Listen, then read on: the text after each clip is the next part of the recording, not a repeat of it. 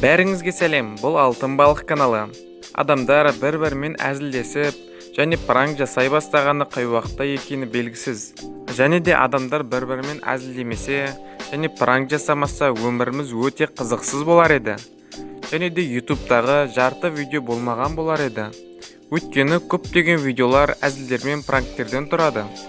Ең күлкілі пранктер қоғамдық орындарда болатын пранктер, және де олар өте күтпеген жағдайда болғандықтан өте қызықты болады.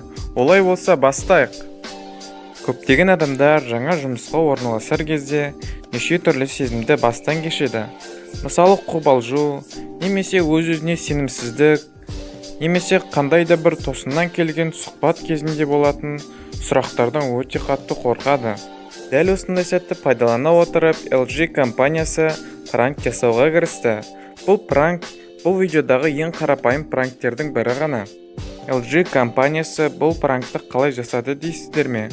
Терезенің орнына теледидарды орнатып, өздерінің теледидарлары қаншалықты сапалы екендігін көрді.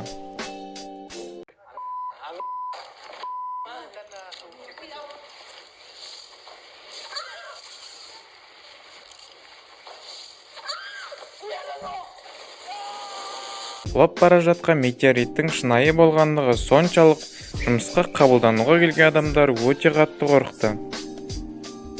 Елестетіп көрейікші. Мысалы, сіз дәл қазір аэропортта отырсыз, және де басқа қалаға ұшуыңыз керек. Алайда сіздің жан-жағыңыздағы адамдар сізді қарақшы деп ойлап отыр. Алайда сіз ештеңе білдірмегеніңізге сенімдісіз. Елестете алдыңыз ба? Елестете алмаған болсаңыз, дәл осындай жағдайда болған адамдарды көрсететін боламын.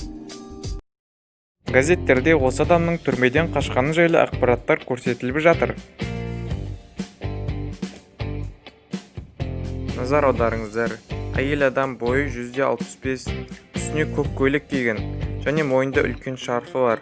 Егер де осындай адамды байқасаңыздар, аэропорт орталығына айтыңыздар.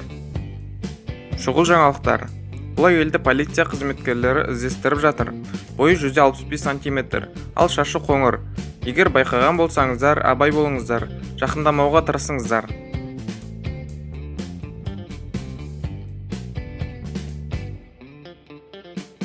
Мен ештеңе жасаған жоқпын ғой.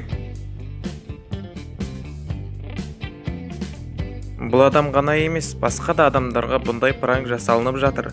Пранкты жасау үшін толық бір команда керек болды. Газеттерді таратып, және де өзінің жаңалықтарын түсіріп, өте керемет пранк жасалынды. Мынаны қара, мен газеттерде жүрмін. Көзінде көзілдірік жасыл киген адам ізделініп жатыр. Бойы 180 см, үстінде күлгін тоқымасы бар және күртешесі бар. Бұл адам есірткі тасымалдаушы ретінде ізделініп жатыр. Дәл осылайша пранк жасау арқылы Неве компаниясы өзінің әтіріне жарнама жасады. Қолайсыз сәттерде керемет иіс шығарады.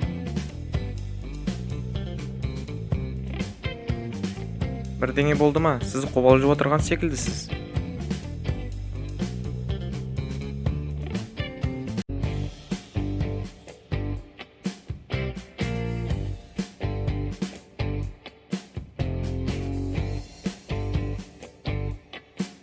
Қайтадан жұмысқа қабылдануға келе жатқан адамдар. Бұл жұмысты ешкім жасағысы келмеді. Өйткені бұл жұмысты өте көп энергия және уақыт керек болды. Бұрын соңды онлайн түрде жұмыс қабылдануға келіп көрдіңіз бе? Алдымен сіздің жұмысыңыз туралы айта кетейін. Бұл қарапайым ғана жұмыс, алайда өте маңызды жұмыс. Жұмысыңыздың аты операционды директор деп аталады. Бұл жұмыс алайда өте маңызды жұмыс. Жауапкершілігі өте үлкен. Ең алдымен сіз заманауи болу керексіз. Жұмысыңызды тұрып өткізесіз. Бұл жұмыста көптеген салмақтар аяққа түседі. Тек қана сіздің еңкеуге ғана мүмкіндігіңіз болады. Көптеген күш-жігер және шыдамдылық керек болады. Сонда бұл жұмыс қанша уақытқа созылады? Бір аптада 7 күннен шексіздікке дейін болады, ал күніне болса 24 сағат болады. Жұмыстың арасында үзілістер болатын шығар. Үзіліс дейсіз бе? Жоқ, үзілістер болмайды. Бұл негізі заңды ма? Иә, өте заңды. Байқап отырғандарыңыздай жұмысқа келген адамдардың көңіл күйлері өзгеріп жатыр. Бұл адамдар дәл бұндай жұмыс болады деп ойламаған шығар. Сіз бұл қандай жұмыс екенін біліп отырған шығарсыз. Егер де біліп отырған болсаңыз, сізді құттықтаймын. Сіз өте ақылды және мән беретін адам екенсіз. Егер де әлі таппаған болсаңыз, соңына дейін көріңіз.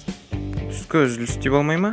Әрине болады, алайда сіздің барлық әріптестеріңіз тамақтанып болғаннан кейін бұл жұмысқа орналасу үшін мұғалімдік біліміңіз жоғары болу керек, және де медицинадан хабарыңыз болу керек, психологиядан, және де сіз ас пісіре білуіңіз керек.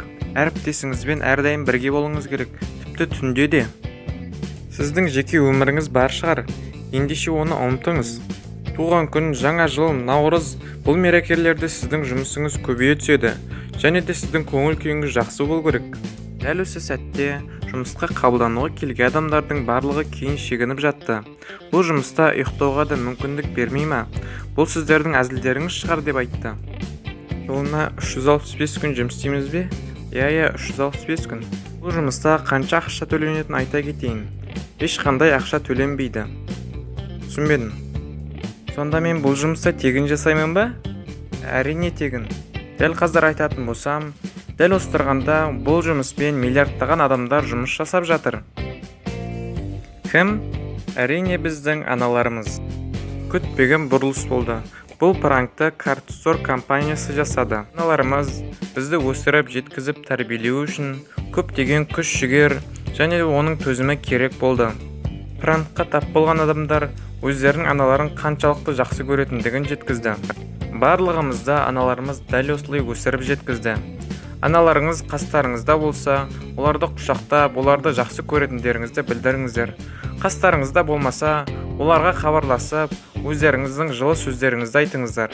Аналарымыз бізді қалай өсіріп жеткізгендігін естеріне түсіріп, достарыңызға, туыстарыңызға дәл осы видеоны бөліссеңіздер, комментарийға бөлістім деп жазып кетіңіздер.